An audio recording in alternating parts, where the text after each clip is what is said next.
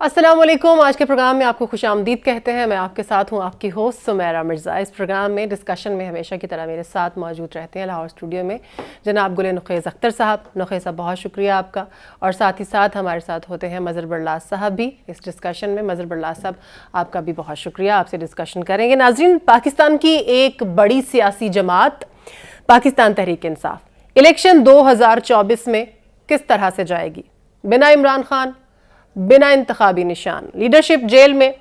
खान साहब इलेक्शन लड़ने के लिए नाअहल हैं। सुप्रीम कोर्ट के फैसले के बाद बल्ला भी अब पीटीआई के पास नहीं रहा है, ना बैट्समैन ना ही बैट है।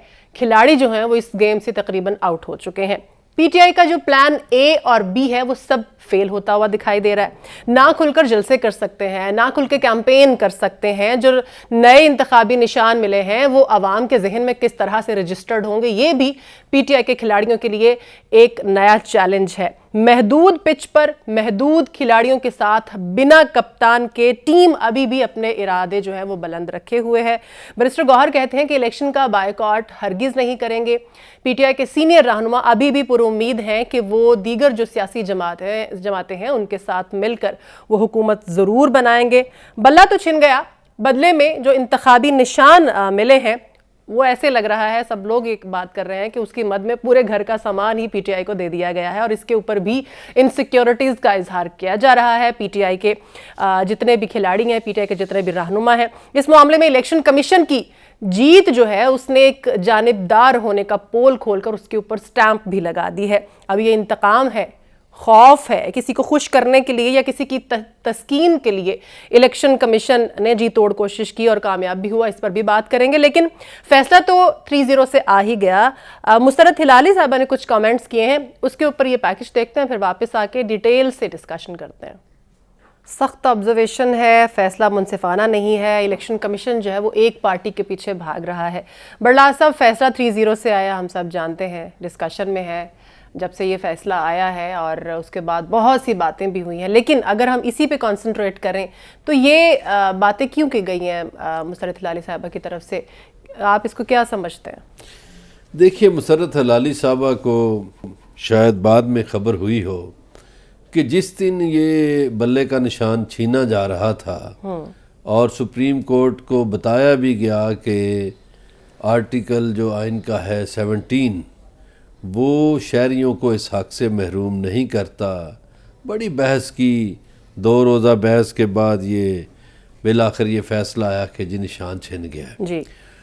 उसी दिन अवामी नेशनल पार्टी को एक जुर्माना करके ये कहा गया इलेक्शन कमीशन की तरफ से कि आप लालटेन का निशान भी रखें और आपकी जब मर्जी हो तो आप इलेक्शन करवा लें। हाँ जी। हालांकि उनकी इलेक्शन उनकी जो मुद्दत दी गई थी उनको, ये मई 2023 में उनकी मुद्दत ख़त्म हुई थी। जी। उन्हें रियायत दी गई थी कि 6 माह में इलेक्शन करवाएं, मगर उन्होंने 6 माह में इलेक्शन ही नहीं करवाए। उसके बावजूद उन्हें निशान भी दे दिया गया, उनको मामूली सा जुर्माना कर दिया गया। जबकि दूसरी तरफ आप देखिए कि एक ही जमात के पीछे पड़ी हुई इलेक्शन कमीशन, और इलेक्शन कमीशन जो बड़े बातें करते हैं इलेक्शन कमीशन के लोग, इलेक्शन कमीशन ने कब कानून पे अमल किया है या इन पे अमल किया है? आपको याद होगा कि जब 90 रोज के इलेक्शन की बात होती थी तो यही इलेक्शन कमीशन कहता था कि जी हम सदर को खत क्यों लिखें, बिल्कुल, हम क्यों किसी को मिलने जाएं, हम क्यों डेट दें, कभी कोई बहाना तराशा जाता था। तो ये बिल आखिर सुप्रीम कोर्ट के कहने पर डेट थी और वो भी 90 रोज में इलेक्शन होना थे जी बिल्कुल, जो कि 7 नवंबर की डेट बनती थी। तो ये तो इलेक्शन ही आइन के मुताबिक नहीं हो रहे, ये आइन में दी गई मुद्दत गुजर चुकी है। सही। अब ये एक जमात के पीछे पड़ जाना, उससे निशान ले लेना, हाई कोर्ट के फैसले को यकसर मुस्तरद कर देना, ये जानबदारी नहीं तो और क्या है? और इलेक्शन कमीशन का पार्टी कहां से इलेक्शन कमीशन बन गया? अब इलेक्शन कमीशन को ये कौन समझाए कि भाई पार्टियों में लोग मेंबरशिप कैंसिल करते हैं। आज अगर गुलाम मुस्तफा खर खड़े हो जाएं और कहें जी मैं पीपल्स पार्टी का बुनियादी रुकन हूं, हाँ जी, तो मुझे तीर का निशान दे दिया जाए या मैं उसके जो इलेक्शन है उस पर बहस करना चाहता हूँ, तो उन्हें कौन इजाज़त देगा? तो इसी तरह बहुत सी पार्टियों के बुनियादी रुकन और थे।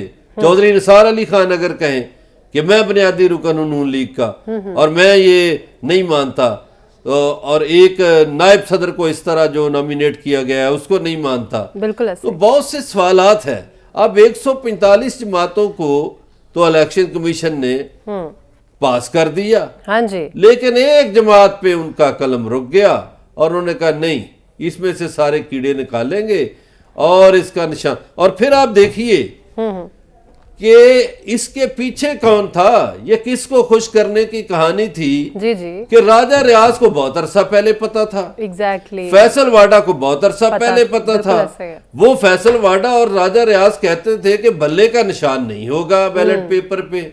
हम उनकी बात को सच माने या जो हालिया फैसले आए उनको सच माने, तो इसका मतलब है कि ये बातें कहीं पहले तय हो गई थी। उन तयशुदा बातों पर अमल दरामद हो रहा है, तो इल्ला माशाल्लाह देखिए इंसाफ कि एएनपी वो हो की सकता है 9 मई के जो वाकयात थे उसके बाद इतना बड़ा एक भौचाल आया, फिर हमने देखा कि ये खतरा भी था कि शायद पार्टी को कलदम करार दे दिया जाए, तो वो उन बातों का हवाला देके भी कहते होंगे कि बल्ले का निशान जो बैलेट पेपर पर नहीं होगा। आइन के मुताबिक तो खैर बहुत कुछ नहीं हो रहा, लेकिन अगर आइन के मुताबिक कोई बात हो रही है तो हमें उसको सराहना भी चाहिए। नुखैर साहब, मुस्तरद हिलाली साहब के जो कमेंट्स हैं आप इसको किस तरह से देखते हैं?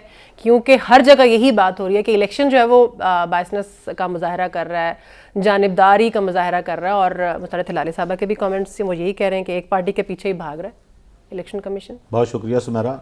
इन कमेंट्स पे तो मैं तब बात करूं अगर ये कमेंट्स उन्होंने उस फैसले में लिखे हों अपने, या कोई एक नोट नहीं, ये तो हमने बताया ना कि लिखे तो नहीं हुए थे, लेकिन उनके ये रिमार्क्स हैं एक इलेक्शन कमीशन के पीछे। तो इलेक्शन कमीशन हर अदालतों में इसी तरह उसके साथ रवैया रखा जाता है। आप पेशावर हाई कोर्ट ने जैसा रवैया रखा, इलेक्शन कमीशन तो भागता फिरता है, उसके लिए कोई नई बात नहीं है इस किस्म के कमेंट्स। लेकिन एक ही पार्टी के पीछे, एक ही पार्टी का नहीं छीना निशान ना, पहले इस बात को सही कर लें। 13 पार्टियों को डीलिस्ट किया गया ना, जिन्हें इलेक्शन में हिस्सा लेने की इजाज़त नहीं दी गई। और ये कहना, वैसे मैं आपको बताऊं, चलें इस पे मैं बाद में आता हूं, पहले ये इस बात को क्लियर कर देते हैं ना। ये जो कहा गया जी कि उन्होंने इलेक्शन करवाए और जो बानी रुकन है वो तो खार साहब भी हैं, तो बानी रुकन अगर किसी और पार्टी से इलेक्शन लड़ लेगा तो वो बानी रुकन तो ना रहा ना, वो तो फिर उसने इलेक्शन किसी और पार्टी से लड़ लिया तो उसकी रुकनीत तो ऑटोमेटिकली खत्म हो गई।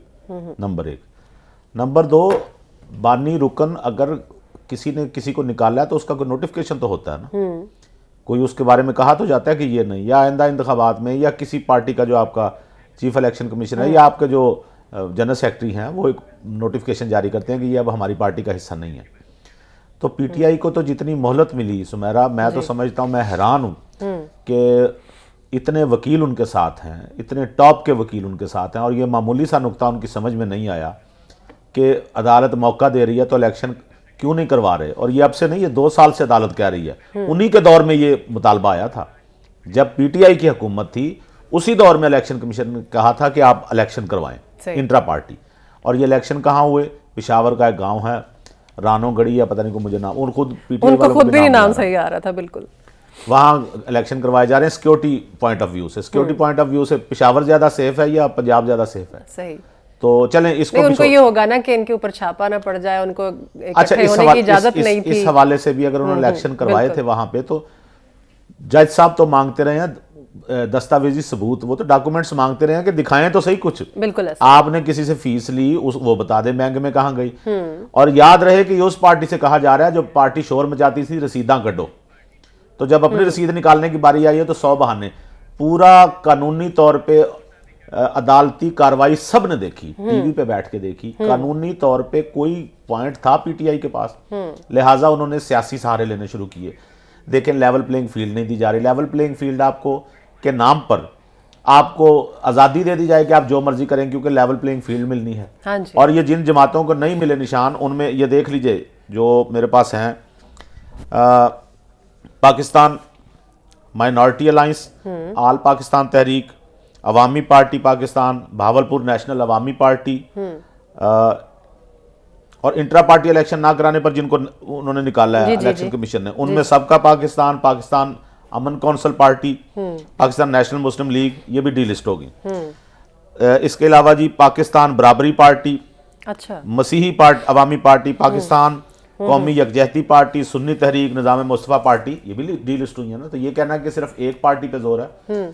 तो रही बात इलेक्शन कमीशन के निशान की, मकबूल पार्टी तो एक ही है ना भाई ये आप अदालत में ये कहेंगे कि मकबूल पार्टी ये है, जिसकी इसको लिहाजा मकबूलियत, इसको कुछ ना, जिसकी वो खुद कह रहे हैं, हमने थोड़ी इंसाफ कहना नाम है उनके उसका, अपने कमेंट्स हैं। इंसाफ का तकाजा ये है कि हमें छोड़ दिया जाए क्योंकि हम मकबूल पार्टी। जो बात वो लिख नहीं सकते वो बोल गए, ये बात भी जो है वो और काबिल ये जो गौर है। आपने कहा ना इंतखाबी निशान मिल रहे हैं, हाँ जी, ये थोड़ा सा मैं वजाहत इस पे भी नुखैर साहब हम इस पे आएंगे, हम इस पे डिटेल चलें, में जब बात आएंगे करेंगे, फिर उस पे इस पे बात डिटेल में बात करेंगे। लेकिन बायसनेस जो है वो तो नजर आ रही है, और वो अदालत के जो जज है, मैंने पहले भी कहा, जो लिख नहीं सकते वो बोल पड़े हैं। इसी तरह से सुने ना, पेशावर हाई कोर्ट का फैसला आप हवा में लहराते हैं और सुप्रीम कोर्ट का फैसला आप कहते हैं ये गलत। देखिए वो तो उनके हक में, उन्होंने हवा में लहराना और क्या करना। नहीं, मैंने कहा कि ये कैसे हो सकता है कि पेशावर हाई कोर्ट का फैसला सही है और उससे बड़ी अदालत का फैसला। चले, नून लीग को भी यही लगता था ना कि जब उनसे शेर का निशान छिना था तो वो गलत था, और आज जो कुछ हुआ उसके ऊपर वो खुश है, वो ठीक था। इसमें मैं आपका कमेंट जरूर लूंगी, लेकिन उससे पहले हम बैरिस्टर गौहर साहब ने ये कहा है कि बल्ला भी चाहे छिन गया है हमसे, पिच भी हमारी उखाड़ दी गई है। अडयाला जेल के बाहर उन्होंने जब खान साहब से मुलाकात करके बाहर आए तो उन्होंने क्या बातें की, वो देखते हैं, फिर वापस आते हैं। लेकिन जो सुप्रीम कोर्ट का फैसला आखिरी है यही पे अमल होगा, लेकिन इस सिलसिले से हम रुकेंगे नहीं और न बॉयकाट करेंगे। इंशाल्लाह हम फुली पार्टिसिपेट करेंगे। फैक्चुअल ऐसी गलतियां हैं जो हम समझते हैं कि ये सुप्रीम कोर्ट के पास रिव्यू में आना ज़रूरी है, तो इंशाल्लाह ताला इसके खिलाफ रिव्यू भी हम सुप्रीम कोर्ट में फाइल करें। 3 दिन के अंदर अंदर हम आप अपने वेबसाइट पे, फेसबुक पे, ट्विटर पे, टिकटॉक पे सबको इंशाल्लाह अपने ऑफिशियल पीटीआई के अकाउंटों से तस्वीरों के साथ आपको नुमाइंदे बताएंगे कि यही हमारे नुमाइंदे और ये उनकी जो है ना निशानात है, आपने उनको वोट देना, ये हमारी अपील है आप सबसे। बड़ला साहब, ये कहा जा रहा था इतनी मुश्किलों के बाद जो है वो शायद पीटीआई इलेक्शंस का बायकॉट कर दे, बल्कि बहुत सारे लोग तो अपना एनालिसिस भी दे रहे हैं कि पीटीआई को बायकॉट कर देना चाहिए इलेक्शंस का, लेकिन अभी भी हौसले जो है वो बुलंद है पीटीआई के, और उनके इतने कॉम्पिटेंट वकील थे, लेकिन ये अपना मुकदमा सही से पेश क्यों नहीं कर सके, या फिर सुकुम जो है वो इंट्रा पार्टी इलेक्शंस करवाने में ही था सारा? नहीं जी, नहीं, ऐसी बात नहीं। एक तो 1 साल से कोशिश की जा रही है कि पीटीआई जो है वो किसी तरीके से बाहर हो जाए, सियासी मैदान से बाहर हो जाए। अच्छा, उन्होंने जुल्म सहे, तकलीफें बर्दाश्त की, घर अपने तोड़वाए, मुकदमात झेले, लेकिन वो खड़े रहे। उसके बाद आपके सामने है प्रेस कॉन्फ्रेंस का सिलसिला, जी। वो एक लामुतनाही सिलसिला शुरू हुआ, प्रेस कॉन्फ्रेंस से लोग करते रहे, फिर भी लोग जो थे आम वो उस पार्टी से जुड़े रहे। अब जब खत्म नहीं हो रही थी तो फिर ये तरीकाकार निकाला गया, और जब तयशुदा हो, मैंने आपसे अर्ज किया ना पहले भी कि जब फैसल वाडा को बहुत पहले पता था, राजा रियाज को पता था, और लोगों को भी इनको कैसे पता था, कहाँ ये बातें इनको तय हुई? जहाँ प्रोग्राम बना होगा इनको पता होगा कि ये होना है।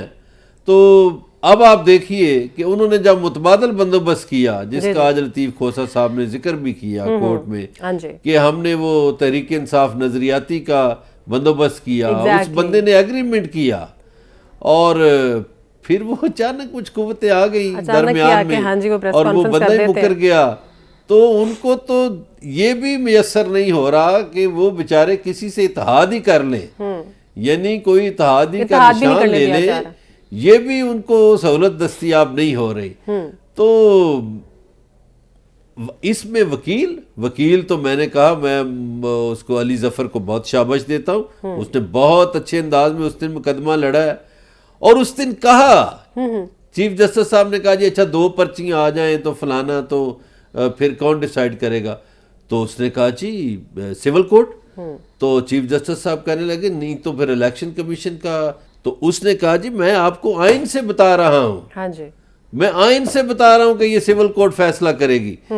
तो जब देखिए कोई चीजें तय हों कहीं पे और उसी समत जाना हो तो फिर कौन रोक सकता है। और मैं समझता हूँ कि ये एक तरह से जमहूरियत का कत्ल हुआ है, सियासत का कत्ल हुआ है।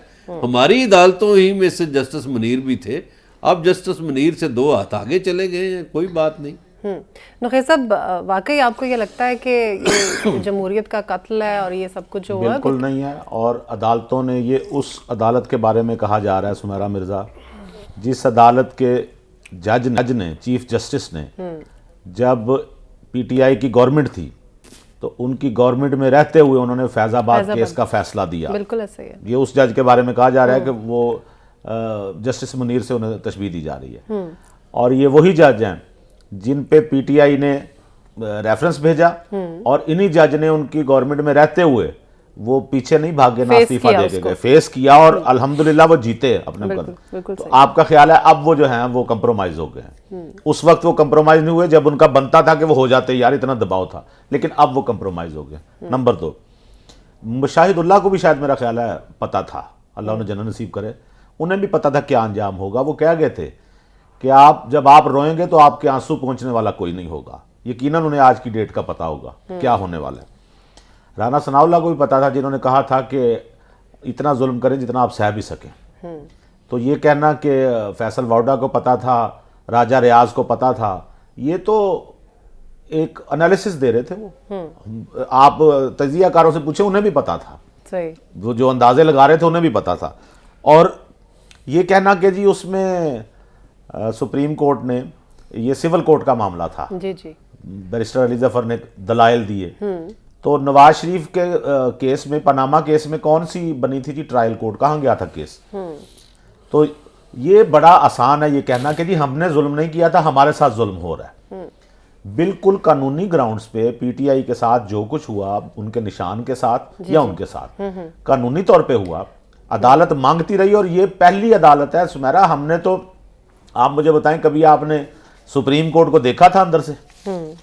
मुझे तो चलो जाने का इत्तेफाक होता रहा, लेकिन कितने कितने लोगों ने देखा होगा? तो सुप्रीम कोर्ट उन्होंने लाइव कर दी कि आए आप भी देखें, कार्रवाई देखें। ये हौसला किसी में था? बिल्कुल ऐसे। लिहाजा ये कहना कि जी अदालतें जो हैं वो कंप्रोमाइज हुई हैं या उनको फैसला उन्होंने सही नहीं दिया, तो फैसला सिर्फ वो नहीं सही होता जो आपके हक में आए, वो फैसला भी सही मानना चाहिए जो आपके खिलाफ आए। बिल्कुल सही, फैसला तो वो मान रहे हैं। एक सुमेरा मिर्जा, एक बात अगर कर लूं, ये जो कहा जाता है ना जी, वो उन्होंने जी फेस किया, भाई सारे जजों ने कंप्रोमाइज किया इस बात पर कि जजेस की फैमिली से नहीं पूछा जाएगा जी।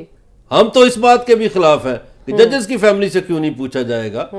हमारा जो मुल्क है वो इस्लामी जमहूरिया पाकिस्तान है, हमें हमारा मजहब कहता है कि हर एक से पूछे। हमारे रसूल पाक सल्लल्लाहु अलैहि वसल्लम ने फरमाया कि मेरी बेटी भी अगर चोरी करे तो उसके हाथ काट दो। तो ये कहां से मंतक आ गई कि जजेस की फैमिली से ना पूछा जाए?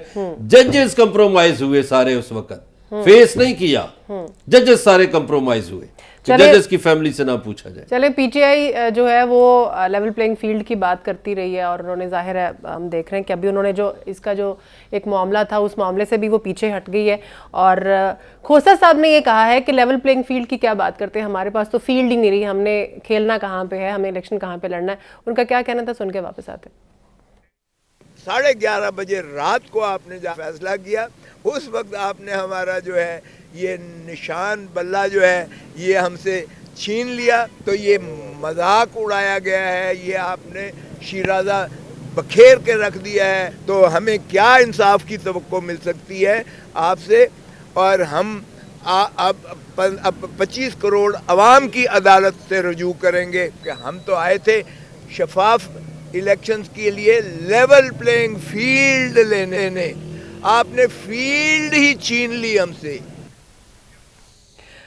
आवाम से लेवल प्लेइंग फील्ड लेंगे। नुखैर साहब, अब जो दायरा बल्ला तो रहा नहीं पीटीआई के पास, अब सबको जो है वो निशानात अलॉट कर दिए गए, डिफरेंट लोगों को डिफरेंट निशान मिले हैं। ज़ाहिर हर इलेक्शन में ऐसे ही होता है। तो पीटीआई को बड़े तहफ़्फ़ुज़ात हैं, कुछ लोगों को बड़े अजीब से निशान मिले हैं और वो उसके ऊपर बड़े तहफ़्फ़ुज़ात का इजहार कर रहे हैं। और इसी तरह से जो है वो बकरी, किसी को खुसे का निशान, किसी को तवे का, ज़बान, किसी को सब्ज़ मिर्च का जो है वो निशान, चिमटा भी निशान एक मिला है, तो उस पर वो बड़ा नाराज़गी का इजहार कर रहे हैं। तो शहरियार आफरीदी साहब जो हैं उनको बोतल का निशान मिला है, जिसके खिलाफ वो पेशावर हाई कोर्ट से रुजू है। हालांकि वो गंडापुरी साहब को मिलना चाहिए था। लेकिन मैं आपको एक बात बताऊं, आपने गौर किया ये निशान क्यों मिले हैं इनको? नहीं, मैंने नहीं गौर किया। ये वैसे ही आपका ख्याल है कि उनका चेजा लगाने के लिए इलेक्शन कमीशन ने दे दिए? नहीं। तो अगर नहीं पता तो मैं बता देता हूँ जी, प्लीज। तरीकाकार ये है कि जब किसी को इलेक्शन का निशान, सिंबल इलेक्शन कमीशन अलॉट करता है, पार्टियों को तो हो गए ना, बाकी आज़ाद उम्मीदवारों को वो उनसे पूछ लेते हैं, राय भी ले लेते हैं कि आपको कौन सा निशान चाहिए, वो एक दरखास्त देना पड़ती है। ठीक है। पीटीआई बल्ले का निशान हासिल करने में इतनी बिजी रही कि इस दौरान जो बाकी आजाद उम्मीदवार थे वो सारे निशान ले उड़े, अहम निशान। ठीक है। अब बाकी जो निशान बच गए थे उन्हीं में से देना था ना। तो जो आजाद उम्मीदवार इन्होंने खड़े करने थे, जब एकदम पता चला कि अब हमने आजाद खड़े करने हैं, तो उधर से तो निशान यही बचे हुए थे। तो जो वो निशान बचे हुए थे उनमें से वही निशान देने पड़ गए। लिहाजा इस मामले में भी पीटीआई की क़यादत का कसूर है कि आपने अगर आजाद उम्मीदवार खड़े किए थे तो कम अज कम उन्होंने कह तो देते कि जब आप आजाद होंगे तो इस निशान के लिए अप्लाई कर दें। जब उन्होंने अप्लाई नहीं किया तो वो निशान मिल गया। लेकिन इसमें एक बड़ी खैर की चीज है। हाँ जी। तो वो अगर हमारे दोस्त जो पीटीआई वाले हैं वो इसको महसूस करें तो ये अच्छी बात हो गई है। अच्छा। वो निशान याद रह जाता है जो अजीबोगरीब हो। सही। आज हम डिस्कस कर रहे हैं ना, जी जी, बोतल बोतल हाँ, वो डिस्कस हो रहा है, चिमटा, ठीक है ना। तो ये बेसिकली वो निशान याद रखे जा रहे हैं कि फलां का निशान चिमटा है, फलां का जूता है। मुझे मेरा ख्याल है उन्होंने जमशेद दस्ती साहब को हारमोनियम का निशान दिया है। तो अजीबो गरीब निशान भी याद रह जाएगा। सही, ये ज़हन में रखें। चले आप इतना तो मान रहे हैं ना कि अजीबो गरीब निशान नहीं, अजीबो गरीब की तो मैं बता रहा हूँ कि अजीबो गरीब इनको क्यों मिले, क्योंकि रहे कोई नहीं ना बचे यही थे। लेकिन एक मुझे हैरत है कि ये जो के का निशान इलेक्शन कमीशन ने शामिल किया, एग्जैक्टली मुझे ये निशान मुझे नहीं समझ आई ये किस चक्कर का। अच्छा, जो बंदा पढ़ा लिखा ना हो, मेरा एतराज ये है कि इलेक्शन कमीशन ने ये निशान की फहरिस्त में ये निशान शामिल क्यों किया गया, ये अल्फाबेट शामिल क्यों किया गया। समीना खावर याद को एस मिला, मतलब एक जो पढ़ा लिखा शख्स नहीं है, औरत उसको को पढ़ी क्या लिखी पता नहीं एस है, क्या है, या मर्द कोई पढ़ा लिखा नहीं है, तो वो उसको क्या पता कि किसके ऊपर स्टैंप लगाना है। बड़ला साहब, जो खोसा साहब ने बात की कि हमसे तो फील्ड ही छीन ली गई है, और ये बात काफ़ी हद तक बेहतर है। ज़ाहिर है आपसे जो आपका निशान जब छीन लिया जाए तो वो भी बड़ी एक ज़्यादती होती है। लेकिन यहाँ पर भी अगर हम निशानात की भी बात करते हैं, यहाँ पर भी हमें पीटीआई की नारी नज़र आती है कि उन्होंने इसके लिए कोई सेकंड प्लान जो है वो तैयार नहीं रखा हुआ था, अपने आप को स्टैंड बाय नहीं थे वो लोग बिल्कुल भी। देखिए, गुजारिश ये है कि ऐसा नहीं कि सेकंड प्लान तैयार नहीं था। देखिए, बल्ले की लड़ाई रात तक होती रही, 11:30 बजे रात को बल्ला छिन गया। तो जो मतबादल बंदोबस्त उन्होंने किया था वो तो उन्होंने सरे शाम दे दिए थे निशानात, जी जी, अपनी टिकट उसके नजरियाती के। वो फिर नजरियाती वाला बंदा पता नहीं किधर से कोई छलावा ले आया या किधर से आ गया, वो प्रेस कॉन्फ्रेंस करके वो भी उड़ा दिया गया। हाँ जी। तो जब उनका मुतबादल बंदोबस्त भी उड़ा दिया गया और वो खुद बेचारे इस आस पे रहे कि हमें बल्ले का निशान मिल जाएगा, बिल्कुल नहीं तो हमने मुतबादल जमा करा दिया है, हाँ जी, कि हमें बल्लेबाज का मिल जाएगा। अब उनके साथ जो मुश्किल सूरत हाल पेश आई वो ये थी कि ना उन्हें बल्ला मिला ना बल्लेबाज, बिल्कुल ना मुतबादिल मिला। तो अब वो दुरुस्त है वो बात, जो निशान बचे थे उन्हीं में से फिर मिलने थे। तो लिहाजा ये हम नाहली नहीं कह सकते। नाहली तो उनकी तब होती कि जब वो मुतबादल बंदोबस्त ना करते। उन्होंने मुतबादल बंदोबस्त किया हुआ था, उस नजरियाती वाले से एग्रीमेंट किया, उसने साइन किए टिकटों पे, ठीक है, और इतने टिकटों में साइन करने के बाद वो बंदा कहने लगा जी बस मेरा तो कोई ताल्लुक नहीं। ये इसका मैं एक कमेंट जो है वो नुखैस साहब से ले लूं, फिर मैंने ब्रेक लेनी है। नुखैस साहब, मैं कर देता हूं, ये यहाँ पर भी पीटीआई की नाअहली थी। जी बिल्कुल नाअहली थी। उसकी वजह ये होती है कि प्लान ये रखना चाहिए था कि आपने एक उम्मीदवार खड़ा करें, अपना कवरिंग जो कैंडिडेट है वो नजरियाती के लिए रख लें, 2-3 और आजाद उम्मीदवार खड़े कर लें, ठीक है, और उनसे निशान पहले कहना था कि आप निशान अपना लेके रखें। कोई ऐसी सूरत हाल पेश आ जाए तो आपके पास कम से कम कोई रीजनेबल निशान हो। तो जो मैं अभी बात हुई है उससे मैं ये समझाऊं कि एक उन्होंने अपना बल्ले वाला खड़ा करना था, एक बल्लेबाज वाला खड़ा करना था। तो ये दोनों ना हो तो फिर नहीं, ऐसी यानी कि वो तीसरा प्लान भी अपना तैयार रखते, कवरिंग कैंडिडेट होने चाहिए। बात चले, एक ऐसी बात नहीं है, हर पार्टी ने अपना मजबूत उम्मीदवार उतारना होता है मैदान में।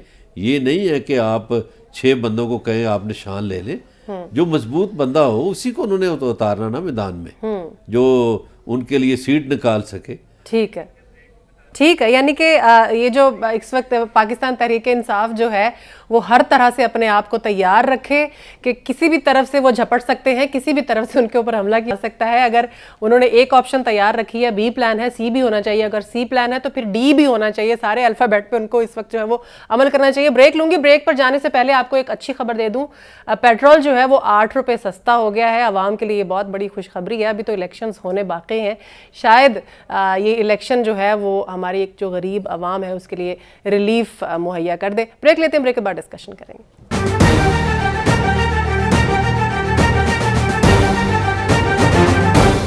वेलकम बैक जी। हम बात कर रहे थे बहुत दिनों से कि पाकिस्तान मुस्लिम लीग नून जो है वो मैदान में क्यों नहीं उतर रही, वो जलसे क्यों नहीं कर रहे। तो जनाब मरियम नवाज साहबा ने पहला जलसा किया है ओकाड़ा में, और हमने ये चीज़ भी देखी और आप लोगों ने भी ये चीज़ ऑब्जर्व की होगी कि ये जो इलेक्शन के लिए उन्होंने ये जलसा किया था, इसमें वो बजाय अवाम से वादे करती हैं, उनको अपना मंशूर बयान करती हैं, उनके ज़बान पे सिर्फ़ और सिर्फ इमरान खान साहब के ही उनका नाम था और उनके बारे में ही वो बात कर रही थी। All the time she was talking about Imran Khan. उसकी रीज़न क्या है वो आप भी जानते हैं, मैं भी जानती हूँ। उन्होंने क्या कहा इस जलसे में, पहले उनकी बात सुन लेते हैं, फिर आगे डिस्कस करते हैं। तुम कहते हो कि तुम्हारा इंतखाबी निशान बल्ला था, तुम्हारा इंतखाबी निशान बल्ला नहीं था। तुम्हारा इंतखाबी निशान वो घड़ी होनी चाहिए थी जो तुमने चोरी की है, या वो पेट्रोल बॉम्ब होना चाहिए था जो तुमने चलाया पुलिस के एहलकारों और इंतजामिया के ऊपर। एक दहशतगर्द जमात को सियासी जमात का इंतखाबी निशान नहीं मिलता। टांग पे प्लस्तर चढ़ाने से लेकर व्हील चेयर तक की कहानी, मुंह पर काला डब्बा और काली बाल्टी चढ़ाने की कहानी, अदालतों के अहातों से जूती छोड़कर दौड़ लगाने की कहानी, उसके मनाजिर आप लोगों ने अपने आंखों से देखे कि नहीं देखे। नवाज शरीफ पर और अवाम पर जुल्म करने वाला एक एक जालिम चुन चुन कर अपने अंजाम को इबरतनाक। बरला साहब, आप भी जानते हैं इस वक्त अवाम की क्या सूरत हाल है। महंगाई इस कदर है, लोग जो हैं वो बेचारे महंगाई के बोझ तले दबे हुए हैं, खाने को आटा नहीं मिल रहा उनको सस्ता, और दवाइयाँ जो हैं वो इतनी ज़्यादा महंगी हैं, किसी चीज़ को हाथ नहीं लग रहा। और इलेक्शन सर पे हैं और मरियम साहिबा जो हैं वो ये बात कर रही हैं कि जी जुल्म किया गया हमारे ऊपर, और जिन्होंने हमारे ऊपर जुल्म किया वो एक एक करके अपने अंजाम को पहुंच रहे हैं। और ज़्यादातर वो इमरान खान साहब की बात करती रही हैं कि उनका प्लस्तर चढ़ा, फिर व्हील चेयर पे आए, फिर बाल्टी, उन्होंने क्या ये बातें कर रही हैं। आवाम को कोई तसल्ली देना कि इतने अरसे बाद मियाँ साहब आए हैं तो वो तसल्ली देनी चाहिए। और एक और बात भी पूछना चाहती हूँ, वो मैं नुखैज़ साहब से पूछूंगी। जी अच्छा, सुमेरा मिर्ज़ा साहबा गुजारिश ये है कि एक तो हमें नहीं पता उसमें सच है झूठ है।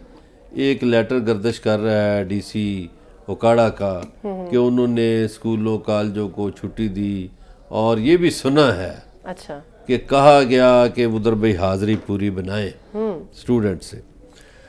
दूसरा ये है कि आज एक मुस्लिम लीग नून ही की नायब सदर, आपकी हम नाम है वैसे, वो सुमेरा मलिक जी जी, उन्होंने इस्तीफा दे दिया है।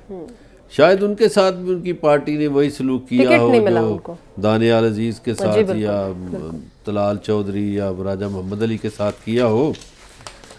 अब आज उन्होंने दो जो एंगल हैं, एक एंगल आपने पकड़ा, बड़ी अच्छी बात है, एक दो एंगल और है। आज वो अपनी तकरीर में अदालत सजा के बैठी हुई थी। भाई जब अदालत किसी जमात को दहशतगर्द नहीं करार दे रही तो आप कैसे कह सकती हैं कि दहशतगर्द है। और क्या आपकी पार्टी ने सुप्रीम कोर्ट पे हमला नहीं किया था? तो आप तो दहशतगर्द को नहीं बनाया आपकी पार्टी को किसी ने। बिल्कुल। और फिर दूसरा वो चुन चुन के बदले लेंगे और अंजाम को पहुंचेंगे, ये पता नहीं किन को सुना रही थी और क्या क्या सुना रही थी। अवामी बात तो उन्होंने की नहीं, अवाम के मसाइल पर कोई बात नहीं हुई, ना कोई उन्होंने अपने मंशूर की बात की, ना उन्होंने कहा कि मैं गुर्बत का ये तदारक करूँगी या कोई महंगाई को इस तरह कंट्रोल किया जाएगा, या जो मुख्तलिफ शोबे हैं उनमें ये काम किए जाएंगे। इनसे तो बिलावल अच्छे हैं, बिलावल फिर भी बात तो कर रहे हैं, अपना मंशूर मुफ्त बिजली की बात कर रहे हैं, अपने तरक्याती कामों की बात कर रहे हैं, जो उनके जहन में प्लान है वो बात कर रहे हैं। तो एक शख्सियत का ढंडोरा आज पीटा गया उधर ओकाड़ा में, इसके अलावा तो कुछ नहीं हुआ। नुखैज़ साहब, आपको नहीं लगता कि मरियम नवाज साहबा का जाहिर है सियासी हवाले से पहला उनका जलसा था कि जो इस वक्त गहमा गहमी है इलेक्शन की, तो उनको आवाम से वादे करने चाहिए थे, उनको कोई तशफ़ा, उनको कोई तसल्ली देनी चाहिए थी। वो इमरान खान करती रही हैं, एक बात। और दूसरी बात मैं आपसे जानना चाहूँगी, आपको लगता है मियाँ नवाज शरीफ साहब को एक्सपेक्ट कर रहे हैं, उनके जो वोटर सपोर्टर हैं, ही शुड बी देयर? अच्छा, पहले तो मुझे ये बताएं आज तारीख क्या है?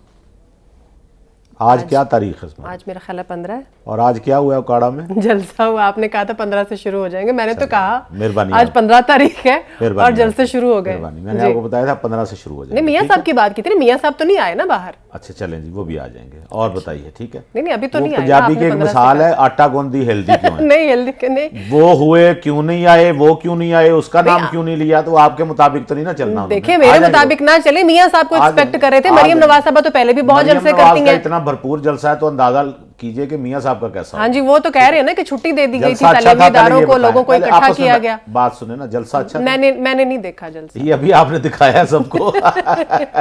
अच्छा, मैं आपको कह रही हूँ ना, वो इसी वजह से जलसा अच्छा हुआ ना। छुट्टी दे दी गई, वीक का पहला दिन था, स्कूल कॉलेजेस को सबको छुट्टी दे दी गई, स्कूल बंद करके। ये तो आपका दावा है ना, स्कूल और कॉलेजेस के बच्चे इसमें आए थे, ये तो आपका दावा है ना, ठीक है, और जो कि गलत है। अच्छा, आप कैसे कह सकते हैं? नहीं आए ना, मैं आपको बता, आप अब दावा, जो दावा करेगा वही उसे सच्चा साबित करेगा। तो आपने दावा किया, आप इसे प्रूफ दें इसका। वो चले। दूसरी बात ये कि दिन का जलसा था, कोई रात को मोबाइल या लाइटें वगैरह लगा के और उनकी रोशनी में 2 नंबरी नहीं की गई। दिन का, चिट्टे दिन का जलसा था। देख ली आपने, तादाद देख ली। जी जी। तो ये तो मरियम नवाज का जलसा था। मियाँ साहब जब आएंगे तो जाहिर बात है इससे कहीं ज्यादा। मेरे ख्याल है मियाँ साहब घर बैठ के देख रहे होंगे, अवाम इकट्ठे होते हैं तो मैं भी बाहर निकलूं। चलें, आप ये कह लें, ठीक है। आपकी बात का तो मैंने एहतराम ही करना है ना। और जो बात आपने की कि मरियम ने वहां जो बातें की हैं, जी जी, हमेशा हमने सारी जिंदगी यही सुना, सारी जिंदगी से मुराद पिछले दौर में, कि खान साहब जब भी तकरीर के लिए आते थे वो उनकी तकरीर यही होती, एक ही तकरीर उनकी हर जगह चलती थी। वो इलेक्शन के लिए तो नहीं ना की सुने उन्होंने ना, तकरीर, ये इलेक्शन की बात हो रही है। अच्छा ठीक है, जी जी। ये भी एक पाबंदी आपने लगा दी कि आज उन्हें क्या कहना चाहिए था। तो उनकी सारी तकरीर सुननी थी ना। असल में आपने नहीं, सारी नहीं ना सुनी, उसके उसमें से पॉइंट आपने वो निकाले जो खान साहब के थे, ठीक है। तो जिसके साथ जुल्म हुआ वो ऐसे ही बोलता है ना, बकौल आपके जी उनके साथ वो हर वक्त यही कहती रही तकरीर में। तो इसका मतलब है ये इंतकामी तकरीर। सुने ना, नहीं नहीं, अच्छा मतलब आपने निकाल लिया मेरा जुमला। नहीं आप नहीं मेरा जुमला आप कह रहे हैं ना, आप कह रहे हैं ना। इससे पहले लतीफ खोसा साहब और बैरिस्टर अली गौहर साहब जो थे, गौहर साहब जो थे, वो क्या कह रहे थे? वो किस वो मजलूमियत का रोना रो रहे थे? वो यही कह रहे थे ना, हमारे साथ ये हो गया, बल्ला छिन गया। उनके साथ तो ताजा हुआ तो है ना। अच्छा, जिसके साथ ताजा हो, इस वक्त पीएमएलएन तो उरूज पे है ना, जिसके साथ उनको ताजा और हो, अवाम उनकी तरफ देख रहे हैं, जिसके साथ मैं आइंदा ना मरियम नवाज साहबा को कह दूंगा कि सुमेरा साहबा की दरखास्त है कि जो आपके साथ ताजा अगर कोई ये जुल्म हुआ हो तो वो आपने बयान करना है, अदरवाइज पुराना नहीं बयान ये करना। बात भी पहुंचा दीजिएगा। और मेरे ख्याल है घड़ी वाली बात भी आपने पहुंचा दी है कि इंतखाबी निशान नहीं, वो उन्होंने हमारा प्रोग्राम देख के उसमें से लिया है, ठीक। अच्छा, मैं ये बता रहा हूँ जी जी कि ये बात तो उन्होंने ठीक की, जो उन्होंने जिक्र किया कि खान साहब तो जेल से भी बाहर आके अभी तक वो चोर डाकू की गर्दान से नहीं निकले। सुप्रीम कोर्ट का फैसला है, नवाज शरीफ को बरियत मिली है, तो खान साहब तो अभी भी जेल में बैठे भी बयान दे रहे हैं कि जी वो चोर डाकू हैं, ठीक है। बात उनकी भी उन्हीं के गिर्द घूम रही है। जी। तो बड़ी पार्टियां, बड़े लीडर्स जो इस तरह के होते हैं वो एक दूसरे का जिक्र करते रहते हैं, ठीक है। हाँ, जिक्र एहतराम से करना चाहिए, इस बात का मैं कायल हूँ। बाकी जो उन्होंने कहा है उसमें बताएं कहाँ झूठ कहा है, क्या ऐसा नहीं हुआ जिस तरह से उन्होंने बताया कि दहशतगर्दी की एक जमात ने, क्या उन्होंने नहीं की? क्या उन्होंने रियासती इदारों पे हमले नहीं किए? क्या उन्होंने चुन चुन के लोगों को नहीं फंसवाया? हाँ, लेकिन इसमें मेरा ख्याल है कि मरियम बीबी को एक एहतियात करनी चाहिए कि अल्लाह ताला ने, ये जब हम कहते हैं ना मुकाफात अमल भी कोई चीज़ है, तो ये मुकाफात अमल ही है जो इस वक्त हुआ है पीटीआई के साथ जो हुआ है। जबकि आपका ये कहना है कि शायद जो अब आगे होगा वो मुकाफात अमल होगा, तो जाहिर है आगे तो होना ही है ये सब नहीं कुछ। सुने ना, तो फिर आगे होगा ना, वो 2 साल बाद हो, 3 साल फिर बाद आगे हो जाएगा, फिर आगे ये हो जाएगा, ठीक है। बस इसी में लगे रहे और इसी में नहीं, इसी में नहीं, मैंने आपको बताया ना, इसी आपने कोई एक जुमला सुनाओ खान साहब की तरफ से कि हमें मिल के बैठना चाहिए, खत्म कर दे, मैं अपने इल्जामात वापस लेता हूँ, वो वहीं खड़े हैं। लेकिन आप लोगों का है कि दूसरी तरफ की जो साहब इस वक्त वो विक्टिम है ना, इस वक्त तो उनको निशाना बनाया जा रहा है। जब वो नहीं थे विक्टिम उस वक्त वो कहते थे कि मैं इन चोरों के साथ नहीं बैठ सकता, आपको ये भी याद होगा। तो उनको वो उस वक्त वो चोर लगते थे ना। मैं बात खत्म कर रहा हूं। उस वक्त तो फैसला भी आया हुआ था और फैसला यही था कि ये चोर अब क्या फैसला आया हुआ है? मैं यही तो कह रही हूँ ना कि वो फैसले को भी आप जो है वो आप उस फैसले को आप गलत कह रहे हैं, जो अब फैसले आ रहे हैं उनको आप ठीक कह रहे हैं। नहीं, मैं ये कह रहा हूँ कि उस वक्त वो बोल रहे थे, इस वक्त ये बोल रहे हैं। बस यही चीजें चल रही हैं। मैं ये समझता हूँ सुमेरा, यही चीजें चल रही हैं, बिल्कुल। कि एक जुमला जो उन्होंने कहा ना, 2 जुमलों पे मुझे एतराज है मरियम साहिबा के। एक उन्होंने कहा कि तंजिया तौर पे उनकी जुबान से ये अदा हो गया कि आप घड़ी का निशान ले लें, अगर आपने डंडे का निशान ले लें तो हम इलेक्शन कमीशन को कह देते हैं। भाई आप कहने वाले कौन होते हैं? बिल्कुल। इलेक्शन कमीशन को आपने हिदायत जारी करनी है कि इनको फला निशान दे दें, जैसे पहले नंबर कर रहे एक। हैं। नंबर दूसरी बात एक उन्होंने की जिससे मुझे लगा शायद इसमें कोई तकब्बुर का उनसर शामिल हो गया। अच्छा। ज़ाती तौर पे आपको पता है मियां नवाज शरीफ साहब जो हैं वो इस किस्म की इंतकामी बात नहीं करते, लेकिन बाज़ औक़ात ये भी होता है, फिर मैं ये मार्जिन देता हूँ कि किसी पे बाज़ औक़ात उफ्ताद इतनी पड़ती है या जो कुछ उन्होंने उनके साथ हुआ मरियम नवाज के साथ, तो वो एक अल्फाज की शक्ल में तो बाहर आना था, तो आज उनको वो मौका मिला और उन्होंने वो अल्फाज की शक्ल में बाहर निकाला। अच्छा बड़ला साहब, यही बात उन्होंने की ना कि कुदरत जो है वो अपना इंतकाम ले रही है। कुदरत नहीं, कुदरत सो मोटो ले रही है। सो मोटो भी सर, इंतकाम भी है मेरे पास। सो सर मोटो मेरे का पास मतलब इंतकाम कैसे, रिवेंज कैसे हो गया? चलिए सर, सो मोटो ही कर लेना, लेकिन नोटिस लिया, नोटिस ले रही है इस बात का। लेकिन ये कि कुदरत जो है वो या तो रहम करती है और या इंसाफ करती है। इंसाफ तो अगर हम मांगते हैं अल्लाह ताला से कि हमारे साथ इंसाफ किया जाए, तो हम तो ज़ाहिर उसके मुतामिल ही नहीं हो सकते। हमारा तो पलड़ा जो है वो बहुत भारी हो जाएगा गुनाहों वाला। इस तरह के अल्फाज बोलना क्या उनको ज़ेब देता है? बड़ला साहब, दूसरी बात ये, नवाज शरीफ साहब की भी बात की उन्होंने, अपना नुखै साहब ने भी बात की। वाकई नवाज शरीफ साहब जो है उनका यही मिजाज है, वो वाकई मासूम है। नवाज शरीफ साहब जो है ना वो हमेशा किसी और का कंधा इस्तेमाल करते हैं, सियासत के लिए भी, जीत के लिए भी, और किसी को कुछ कहना हो तो उसके लिए भी, मुल्क वापस आने के लिए। अच्छा, शेख रशीद साहब जिंदा हैं और चौधरी खुर्शीद ज़मान भी जिंदा हैं। अब चौधरी खुर्शीद ज़मान साहब जो हैं वो दफा के पार्लिमानी सेक्रेटरी थे, तो खुर्शीद ज़मान कहता है कि मुझे पार्लिमानी मीटिंग से पहले फ़ोन आई जाए कि आपने घंटा पहले पहुंचना है, घंटा पहले पहुंचना है। अच्छा। तो मैं पहुंच गया, तो मुझे उन्होंने, मियाँ साहब ने ये कहा कि चौधरी साहब आपने आज शेख रशीद की क्लास लेनी है।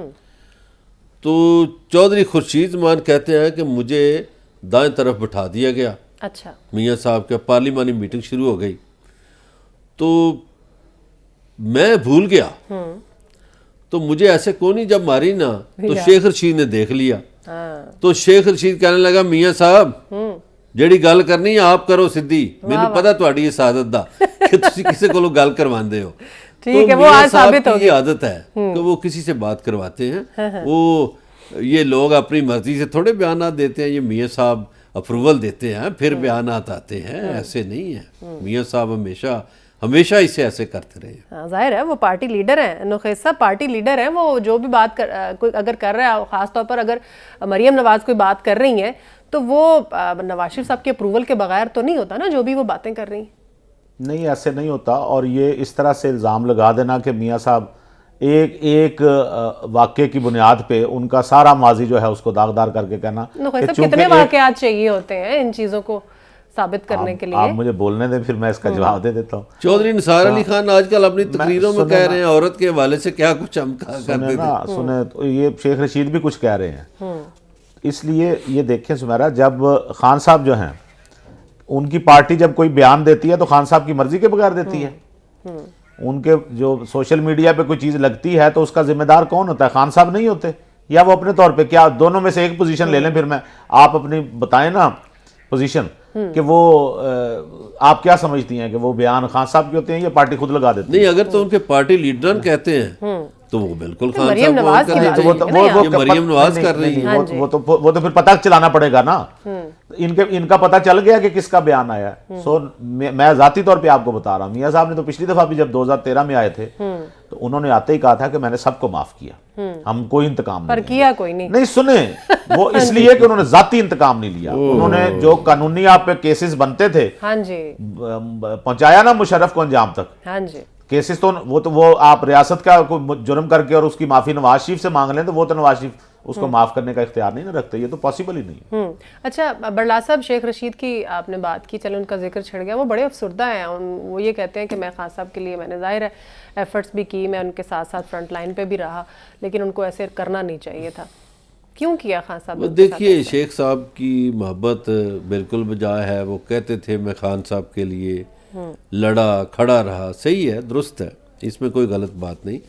लेकिन एक फैसला करना था पीटीआई ने जी। उनके बहुत से लोग छोड़कर गए थे, बहुत से लोगों ने प्रेस कॉन्फ्रेंसेस की थी।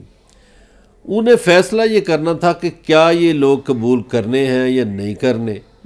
फिर उनकी खान साहब से ये डिस्कशन होती रही कि इनमें से चंद लोगों को कबूल कर लें। अच्छा, फिर ये बात सामने आ गई कि अगर चंद लोगों को कबूल किया तो बाकी शोर करेंगे। हाँ जी। तो फिर एक उन्होंने फैसला किया कि जिसने प्रेस कॉन्फ्रेंस की है हम उसको नहीं लेंगे। नहीं, ठीक हो तो गया। उसी फैसले के तहत शेख रशीद का भी फैसला हुआ और वहां उन्होंने इनके और इनके भतीजे के मुकाबले में लेकिन टिकट दे उनका दी। उनका जो प्रेस कॉन्फ्रेंस या इंटरव्यू जो भी था, आपने भी देखा होगा, वो बड़ा बैलेंस था।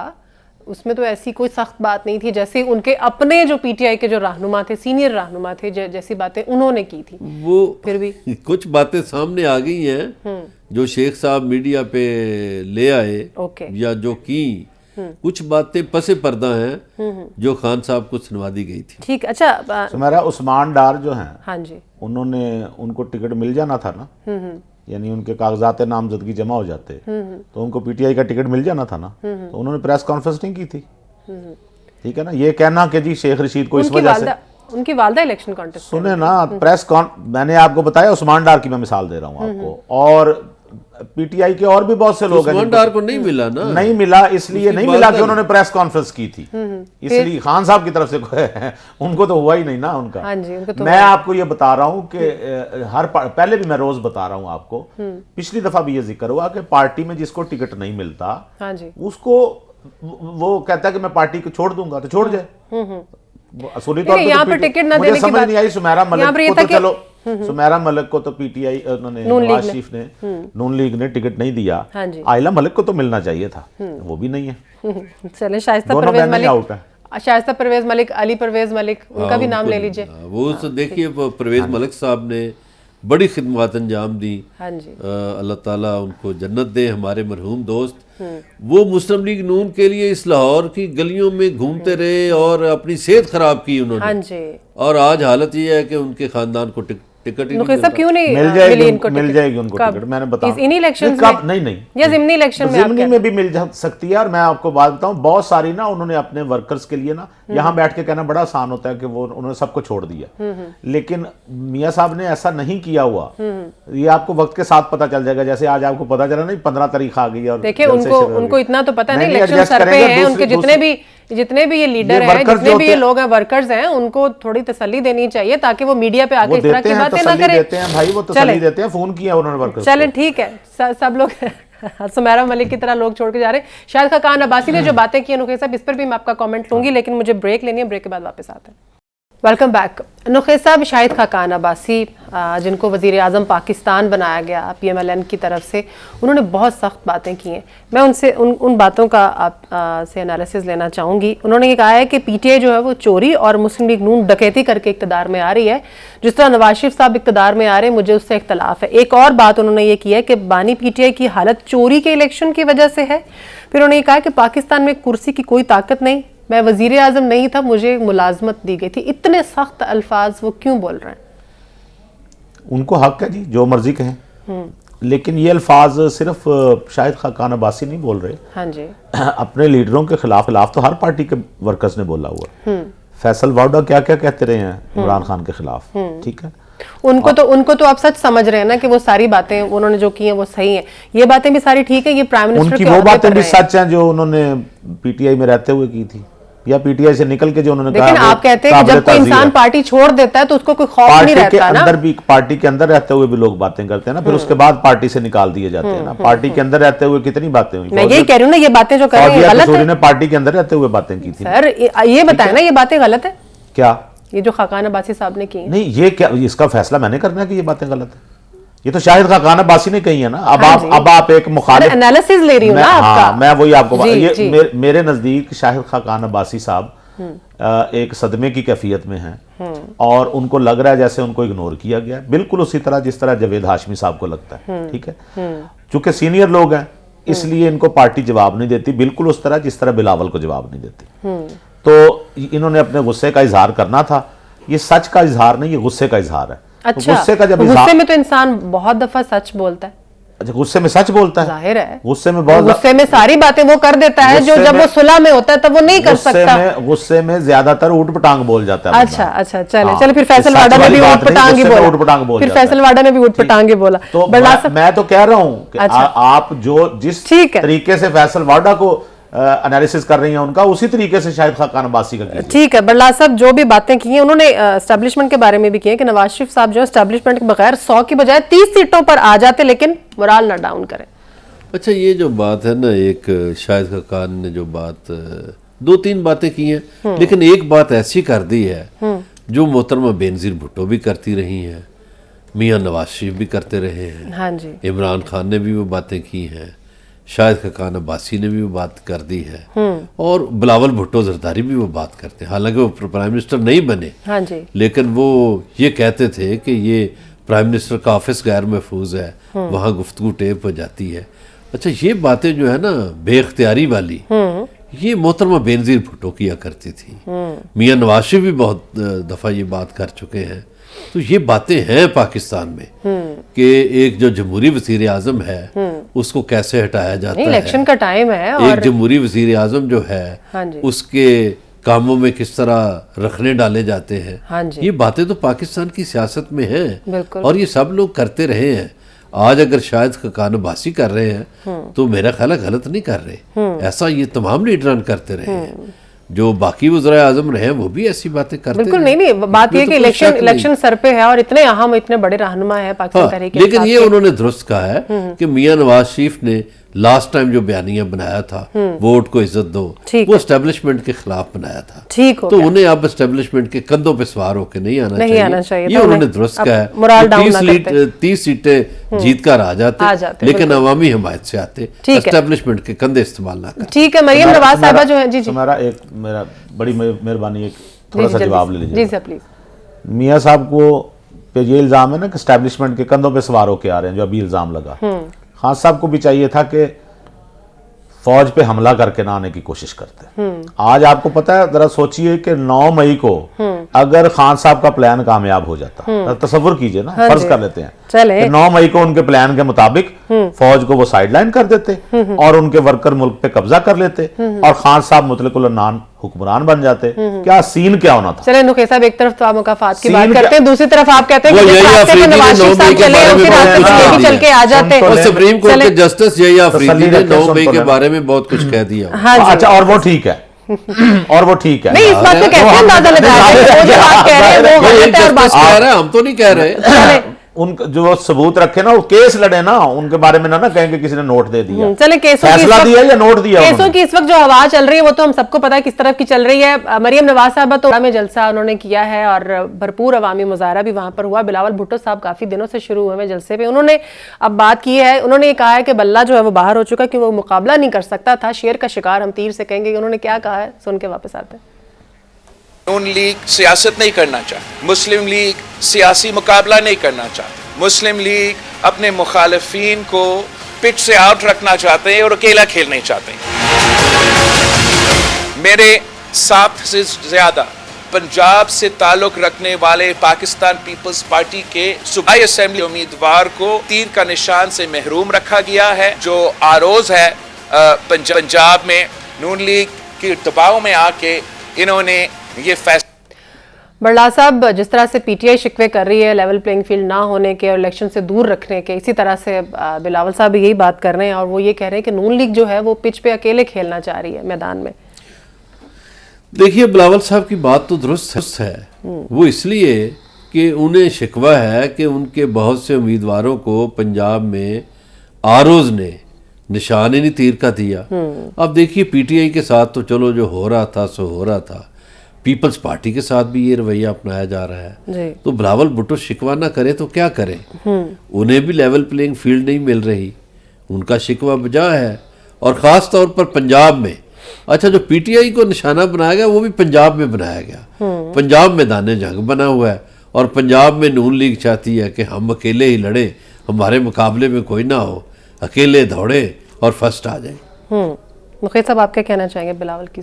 बिलावल साहब ने, आपको पता है बिलावल साहब किस चक्कर में हैं, वो चाहते हैं कि पीटीआई का वोटर उनकी तरफ मुतवज्जो हो जाए और उनकी तरफ मुतवज्जो होने के लिए बड़ा ज़रूरी है कि पीटीआई के वोटर को नून लीग मुखालिफ बयानियाँ सुनाया जाए। तो वैसे मेरा मशवरा है कि पीटीआई और पीपल्स पार्टी ये इत्तेहाद कर लें, एक ही निशान पे इलेक्शन लड़ें ताकि दोनों के शिकवे ख़त्म हो जाए। पीटीआई तो ये चाहती थी कि वो जो है वो लड़के तो बाद में फिर पहले पीपल्स पार्टी के साथ नजरियाती के साथ मिल रहे हैं तो इनके साथ मिल जाएं। नहीं, नजरियाती वाला तो काम ही खत्म हो गया ना। चले ठीक है, बहुत शुक्रिया गुल नुखैज़ अख्तर साहब आपका भी, मजहर बल्ला साहब आपका भी बहुत शुक्रिया। हर इलेक्शन हम देखते हैं कि कोई एक पार्टी ऐसी होती है जो कानून और आइन के तमाम तकाजे जो है वो पूरे कर रही होती है, जो एस्टेब्लिशमेंट की भी फेवरेट होती है, जो अदलिया की भी फेवरेट होती है, और एक पार्टी ऐसी होती है जैसे साइडलाइन लगाने की भरपूर कोशिश की जा रही होती है। ऐसे लगता है जैसे हर 4 या 5 साल के बाद एक ड्रामा है जिसको दोहराया जाता है। इस बार भी वही ड्रामा है, किरदार वही है, लेकिन इस वक्त वो अलग अलग पिच पे हमें नजर आ रहे हैं।